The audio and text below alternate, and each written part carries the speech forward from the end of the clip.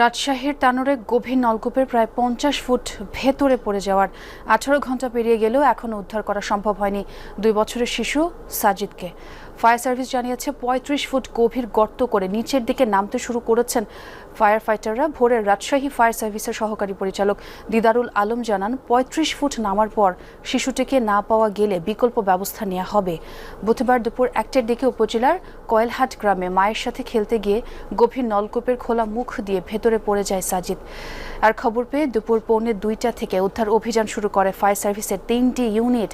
কূপের ভেতরে অক্সিজেন সরবরাহের চেষ্টাও করেন তারা। এছাড়া এক্সকাভেটর মেশিন দিয়ে রাতভর চলে মাটি খননের কাজও। এখন এক্সকাভেটরের মাটি খনন প্রায় শেষ পর্যায়ে। এখন আমাদের ফায়ার ব্রিগেডের আমাদের ইউনিট নামছে।